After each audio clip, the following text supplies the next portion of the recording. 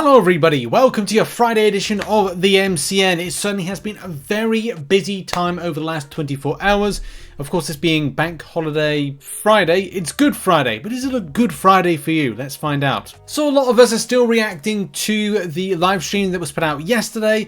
I did put out on the channel, hopefully you saw it, which was a recap video with all the information of stuff that's going on from this particular live stream, stuff that was really cool, announced, and things to look forward to, and also some other videos we're going to be doing in the coming days, including today, that cover some of those particular points. Like the Act 8.4 launch stream, which is on April 10th at 10 AM PST, and also the content going live at 11 AM PST. So it is, and just to reiterate, because some people don't listen, they just watch the video. Listen, it's the 10th of April, and I said the wrong thing then, at 11 AM PST for the content, but there's an hour before live stream that goes over some of the stuff. There's also a giveaway that if you want to, one person can win every single 6-star in game. That's a thing, but it's only one player can win it, so So let's begin with the show, which is, first of all, letting you know there's a bit of good news in that there's going to be a buff to champions, but yeah, and also good for these other champions. So Kushala as the 3rd Ghost Rider and the 5th Sorcerer Supreme in the Battle Realm, Kushala immediately made a mark on the contest. Kushala thrives in buff-heavy matchups, which, with her ignition buffs, is nearly every fight. Players quickly picked her up as a counter for Maestro with the Soul Barb, but she has settled into more of a generalist over time. On top of that, Kushala's blessings provide a strong set of utility to help Kushala mitigate potential threats across the battle realm. So far, we're happy with how Kushala has performed in her target matchups and game mode, and she'll be staying as is. Excellent. Chilf, armed with a truly trusty axe, and with the help of Brother Grizzly and Sister Eagle, Chilf joined the battle realm with a flexible playstyle and powerful skill utility in Cleanse and Tranquilize. So we're happy with Chilf's matchups spread in Alliance Wars and Battlegrounds, as her most effective matchups consist of high-performing science defenders such as Jessica Jones, Spot, and Void as defender. We're seeing her players adapt to her threats in Cleanse and her bleed through block ability as her defensive win rate has stabilized over time. All in all, we're happy with how Chilf has been performing so far. So that means, I guess, saying the same. So, in previous balance reviews, when neither champion under review required rebalancing, we added updates to older champions and champion pipeline. Over the last year, these updates ranged from full kit overhauls, Hulk, Spider-Man, Moderate, Red Skull, blah, blah, blah, blah. These champions have selected a variety of reasons. For example, we targeted Red Skull for the Moderate update as we identified that tech classes needed additional support defensively in PvP game modes, Battlegrounds, and Alliance Wars.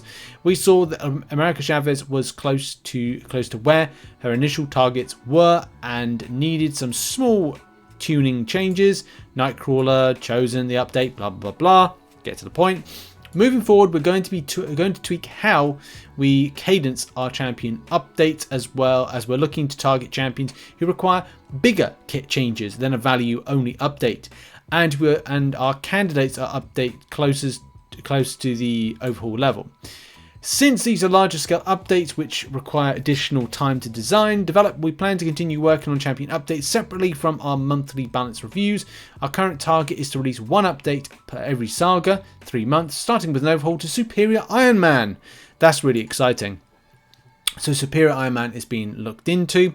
This change of the cadence means that we'll be looking to release one update per saga, regardless of any rebalance planned. And also they say that it will no longer go through CCP beta phase prior to their release. To be honest, when these champions are put in for CCP beta review, I think what's the point? It should really go out to the player base to kind of get a bit of a feel and vibe to it. But good news. Also, we will see Gladiators rebalances next week. The Mr. Sinister Moderate update, which I haven't personally seen, we haven't been played around with in CCP, that's coming out in May. I don't know what that's going to be like. I'm looking forward to it though. Saga 2 release build TBD. Superior Iron Man's overhaul releases, so that's something that's pretty exciting. Hey, good news to see that champion. It's a very old champion to be reworked, so happy days. Discord, the Marvel Contest of Champions official Discord is what we're going to talk about right now. Look, there's a lot of stuff in this last, I don't know how many hours since it's been released that I just don't know. I kind of figured like it would be a problem. There's a lot of instances of people being banned in the Marvel Contest of Champions Discord. I think people assume that when they go to that particular Discord that it's a free-for-all to talk about whatever you want. And say whatever you want.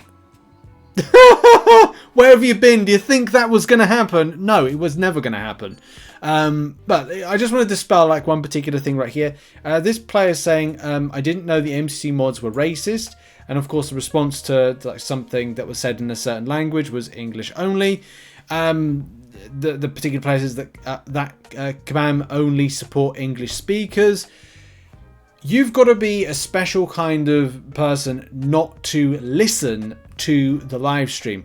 When Kabam said they were going to launch the Discord, they did say they cannot get, at this moment in time, a like multilingual space. It's going to be very difficult. Like you have to go and find all these different types of people to be reliable, trusted, and become mods. Like you need to find somebody who is, and there are people, there are content creators that are, you know, Portuguese speakers, Spanish speakers, Russian speakers, Indian, Hindi speakers. I was about to joke then and say Canadian speakers, no, French, German. You know, I know a bit of German, but I'm not going to kind of put myself forward to, you know, sprechen Sie Deutsch with everybody. But you know, it could be something down the line. But that's the thing. You've got to listen to when Kabam say these things, because then you got egg on your face by not kind of like understanding what was set out with the rules. But it's very weird that then it's very easy for them to speak like fluent English there and fluent English there. Unless they kind of like ran something through I don't know, Google Translate. But anyway, they obviously understood that. Right, okay. I don't want to go too much into the point of the Discord, because the MCC Discord is going to be not what you think it's going to be. It is going to have some good stuff in there. There are some really kind of good tabs, which, you know, you can promote your own stuff if you're a content creator, game questions, bug reports, and things like that. My hope, if Kabam did something like this, is having that kind of regular interaction, quick interaction with Kabam on stuff when it comes to like bugs and issues and things like that. But you know, it's so difficult, and I think the forums are a little bit better for that. Although it's like, I don't know why Kabam decided, look, the forums I get, but I don't get, like, it could be a good way to ping people in the Discord. Is it something that should have been done years ago? Yes. You know, I got my own Discord, so I don't know. Thoughts in the comment section about this Discord, and of course people getting annoyed about the fact of, well, you know, I think, as I said, I don't know if people really thought they could get a Discord where they could literally say what they want and Kabam run it. Never going to be the case. Next up, and I've been mentioned on the forums again. Yes, I have been summoned like the summoner I have to this. Look, bit of a clarification on a matter. If you saw Wednesday's video, you'll know that we referenced this thread. One thing that I try to do on this channel, and I hope that people understand that, and I know that people kind of like, you know, get it. We try and get as many facts as possible to situations just so that we can, and yes, I will theorize some stuff, but I will always try and get as much source as possible for this. So we couldn't get much more saucier than this right here, which was from March 25th, where Kabam Crash said the conversion will be 157 star shards per runestone. It won't be available until end of Saga for the runestones. As you know, the question was from Jihun Gear, which said, we will learn about the conversion rates before the runestones in the trader's outpost disappear. That knowledge would be helped, blah, blah, blah. I'm not going to get 7-star because I never reached Gladiator Circuit, blah, blah, blah. So yeah, that's what we're going off of. That's it. That's all it was. However, though, of course, I was summoned to a particular thread that you know, had my name all over it. So I saw RichTheMan's video that you can sell the runestones for 7-star shards. And the question was, is there specific progression title needed for it? And that's a good point. That's something that I didn't know. Maybe I should have kind of like tried to ascertain that question. I just turned Cav. I'll be happy to sell the Runestones to get 7 stars instead of getting a 6-star Nightcrawler. And yeah, the answer to this was the following. The trade-in is based on progression. Paragon and Valiant get 7-star shards, and I think it's Uncollected and Thronebreaker that, or Uncollected up to Thronebreaker, can get 6-star shards. What matters is your progression when the item is in store, not your progression when you collect the Runestones. So you'll have a couple of months to try and push higher.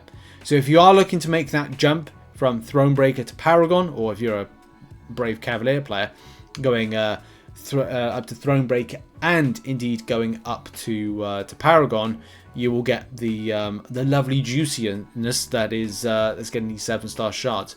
So that gives you a bit of an idea, and you know, just covers. I thought it'd be important to, like, you know, follow up from that particular one just to give as much clarity on the situation as possible. Now we're going to end the show on this. So there was a bit of a point on the forums where somebody said, what is the point of Summoner's Choice if a lot of them end up being champs after it?